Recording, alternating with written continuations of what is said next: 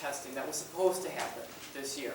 Obviously, due to the exam being put on hold, that four-year degree requirement is also being put on hold. But in reflection about opportunities, resources, barriers that a lot of our deaf interpreters face, again, talking about what are the realities and what do we have available to us, it is the feeling of this subcommittee, and I agree, that right now that four-year requirement I think would be a huge barrier to impose on our deaf interpreters at this point. Who knows, we can revisit it in 5-10 years. Certainly realities can change, but right now it doesn't seem feasible, doesn't seem practical, and again becomes a roadblock to great people working in our community, providing communication access. Did I reflect that? Yep, that sounds good. Thank you. Thank you.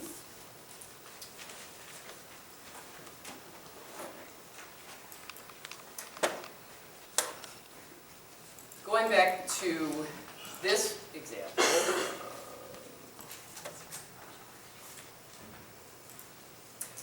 so this went out on all the websites, as I said before, and I haven't gotten too much feedback, honestly. I think I've got maybe 2 or 3 comments that have come from the community regarding this.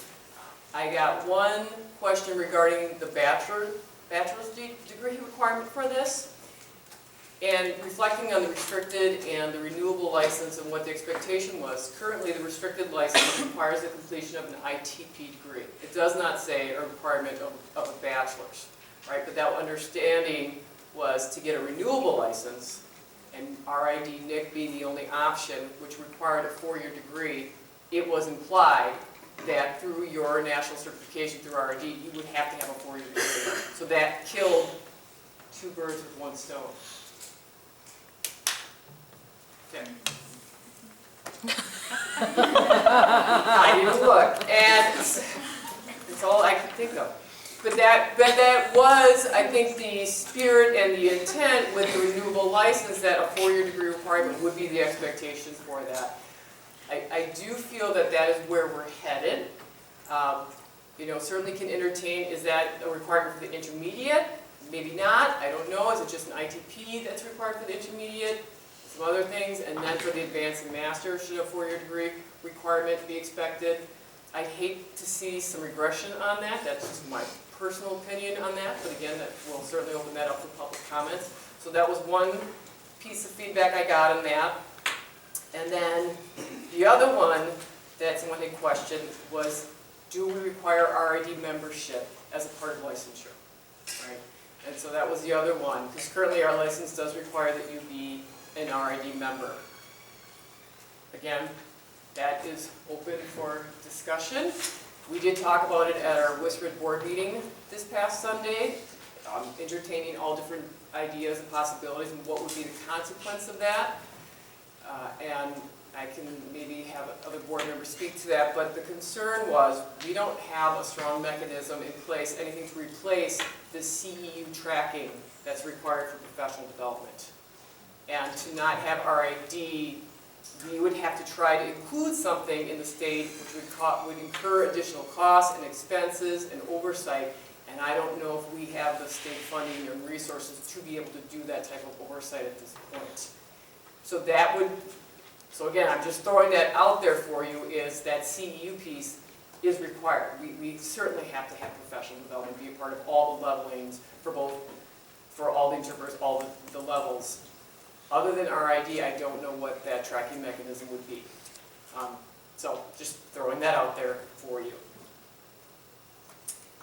And then another comment I got was about the Q. Why is the Q, which is the mental health, I don't want to say it's a certification, but it's a completion of a program and training that says that I have completed these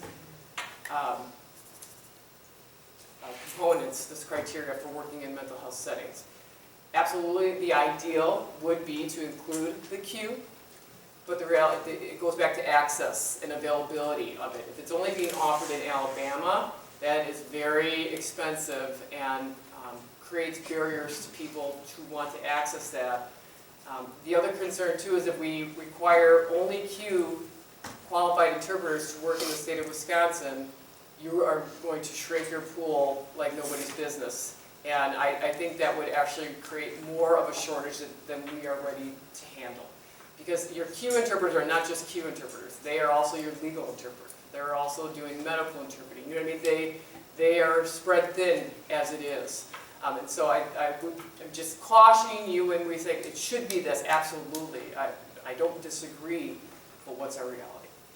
The other one too is for the intermediate piece. I got some feedback about routine medical visits, and that should not be in intermediate. Again, I understand some people's hesitation, but if you only limit it to advanced and master interpreters who could do any kind of medical setting, I want you to think about how many interpreters you would have available to you. And according to the National Consortium of Interpreter Educators, the biggest need that the deaf community states over and over and over again is medical interpreting. And so if we restrict it to only advanced and master, that, again, I just want you to understand what the ramifications of that might be.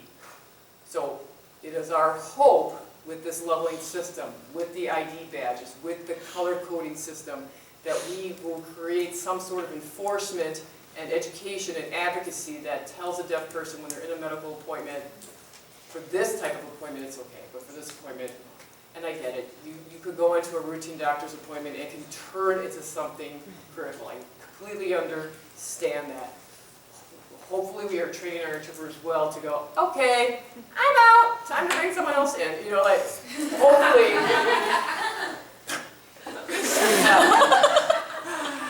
So, those are the few comments that I've received about this leveling on that piece. Okay.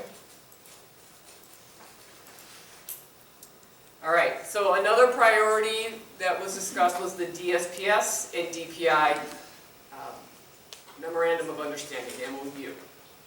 In my discussions with Jeff Wigan, who is the Assistant Deputy Secretary for DSPS, and also Mike Gallagher, who is an attorney for the Legislative Reference Bureau, I met with them this summer. One thing that we addressed was this particular issue, and I had asked, there was a lot of concern that came from the community with that FAQ about what can a DSPS interpreter do and what can a DPI interpreter do, right? Everybody's familiar with that FAQ handout. DSPS removed it from their website last year, and there wasn't a real clear explanation.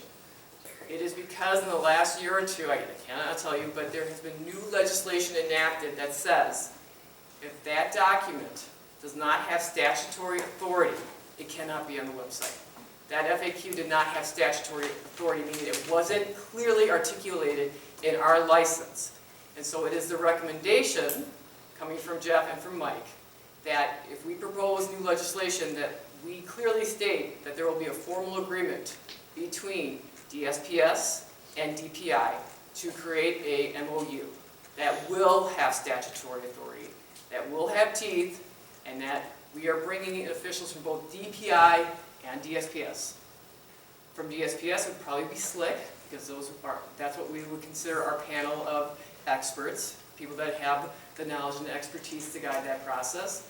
And then from the DPI side, I've been in conversation with Barbara Van Heren, and she would probably work with the Superintendent's Deaf and Hard of Hearing Council, right? She's got teachers on there, she's got deaf parents on there, she's got interpreters.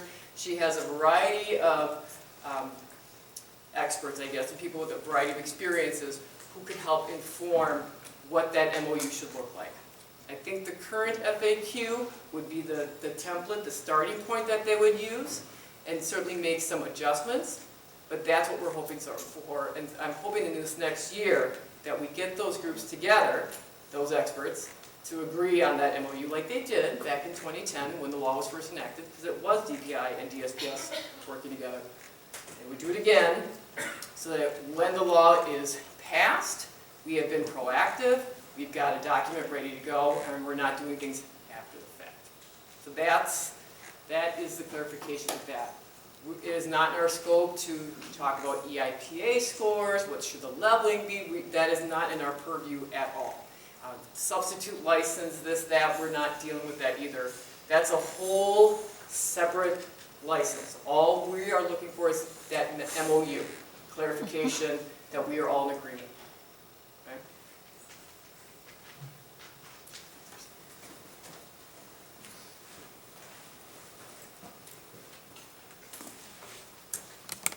Okay, enforcement.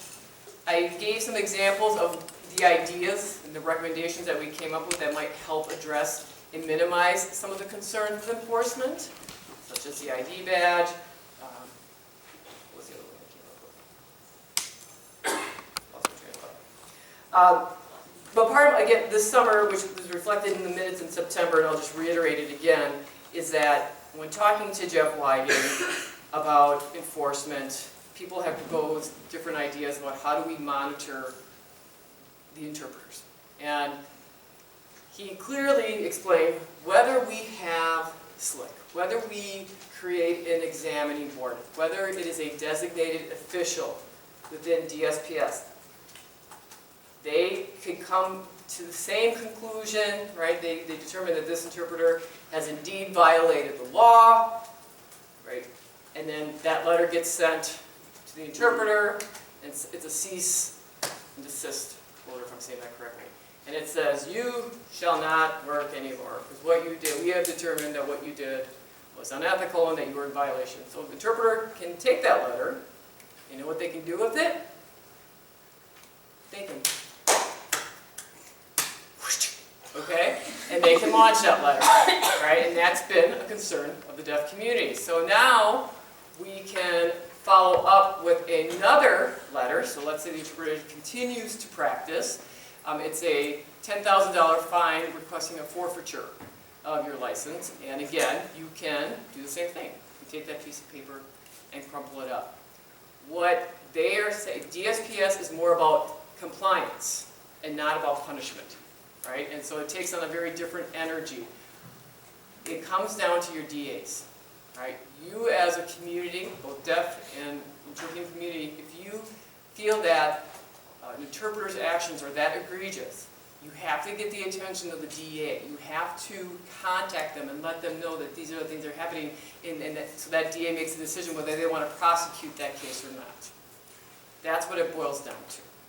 So how we get there, that's open for negotiation, and we can continue to discuss that. But I wonder if we should be expending our energy more about how we get information to our DAs and how do we advocate for the deaf community and ensure that there are protections in place. My members of my. So that was what was shared with me on the enforcement piece. Kate was a member of the subcommittee on enforcement. We have a couple of other individuals here too. Henry was on that. Who else? Terry, were you on that too? And so they came up with some language that is going to be incorporated in the draft that Michael Gallagher is currently working on, but I just wanted her to say a few words about what is it that they would like to see happen with new wording in that legislation. Would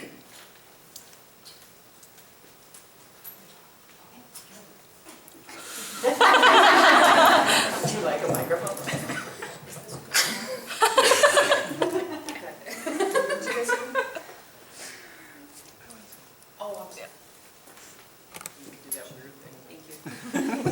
Thank you, appreciate it. I'm filling in for Amy Fryman this evening, given the fact that she had to leave for work. She might be on Zoom. Hi. Thanks. Do you have an email that you pulled up for me to show me what I'm supposed to talk about? Great. So one more.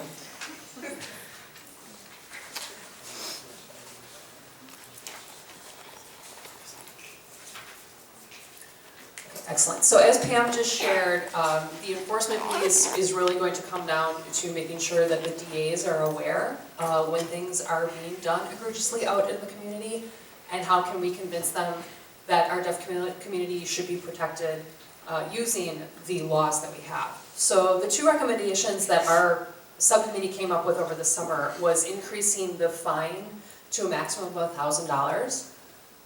for each, I believe we put down for each incident.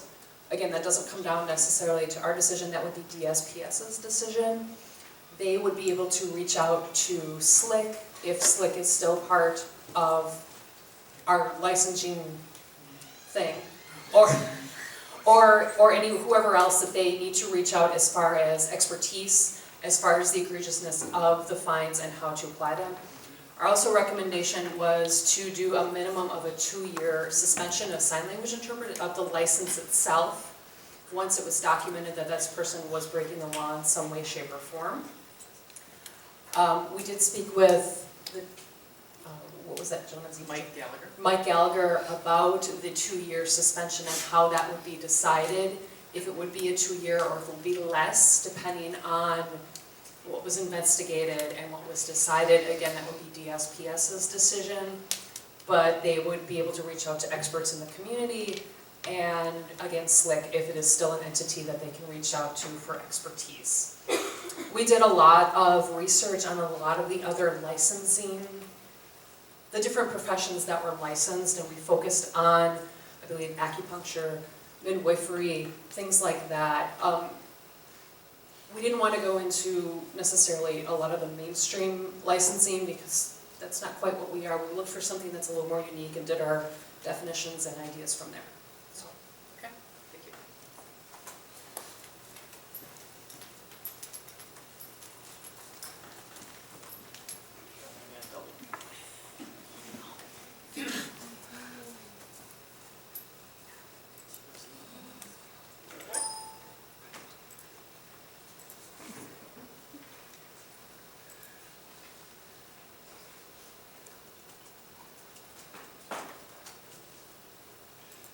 Okay, so that's what we have on enforcement at this point as a recommendation or recommendations.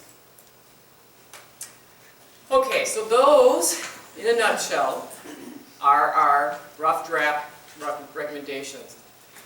Also, this past year, I just wanted to share with you, as we think about moving forward, the Sign Language Interpreter Task Force has gotten some feedback, and having some dialogue with Representative Brostoff from his perspective and his area of expertise, what he think would be ideal. And one issue that came up is a conflict of interest of people that are on the task force. The reality is that task force are comprised of experts, and there's always going to be conflicts of interest. You can't completely remove that. It's just impossible. Otherwise, you're going to have a lot of novices trying to make decisions on our behalf. So it's a catch-22. And what was recommended is that the members of this Sign Language Interpreter Task Force did its call, did its charge. We looked at the priorities, we collected feedback, we made decisions about what those priorities were, and then we came up with recommendations. And so today will be our last meeting as the Sign Language Interpreter Task Force. We are going to stop as a group. And what we're recommending to WAD and WSRID is that they appoint a new legislative task force, right? So taking the recommendations from this group, WAD and WSRID will make a decision after today's meeting. Is it the will of the state? Is it the will of the stakeholders to move forward with this? Is there enough support behind the recommendations? If there is enough support and everyone feels that we're in a good place, then it would make sense to appoint a legislative task force whose job it would be is to continue the work of drafting the bill. And I will tell you, a lot of that bill is being drafted as we speak. So a lot of the groundwork has been done. It's the lobbying that needs to happen, and working with our representatives and getting key people to move that legislation forward on our behalf is the call that would be expected for that legislative task force. And so what we're asking is that if you are interested in that, if you have time, if you have energy, if you have the passion and the motivation to do the work that it takes, we ask that you contact our two board presidents, either WAD's president, Katie Schmidt, or Christina, I was combining your last name, Christina Destrian. to say that you're interested in that legislative task force. And Representative Brostoff did say that he would work with the legislative task force, teach them how to lobby, provide them the supports that they need, give them the guidance, because I don't know how to be on a legislative task. I don't even know what I was doing with this task force. I just, it's a lot of research and learning and asking questions and meeting with people. And if you have that desire, and if you have that energy, I think you'll be fine. But what we're asking, or what we're recommending, is that this legislative task force isn't going to take these recommendations, dump them, and throw them out and just start new. It is really taking the essence of this and moving that forward. Okay? So one, want to be really transparent. If people do have, oh, I can. Are you switching or no? No. Okay. I saw movement. I can't help it.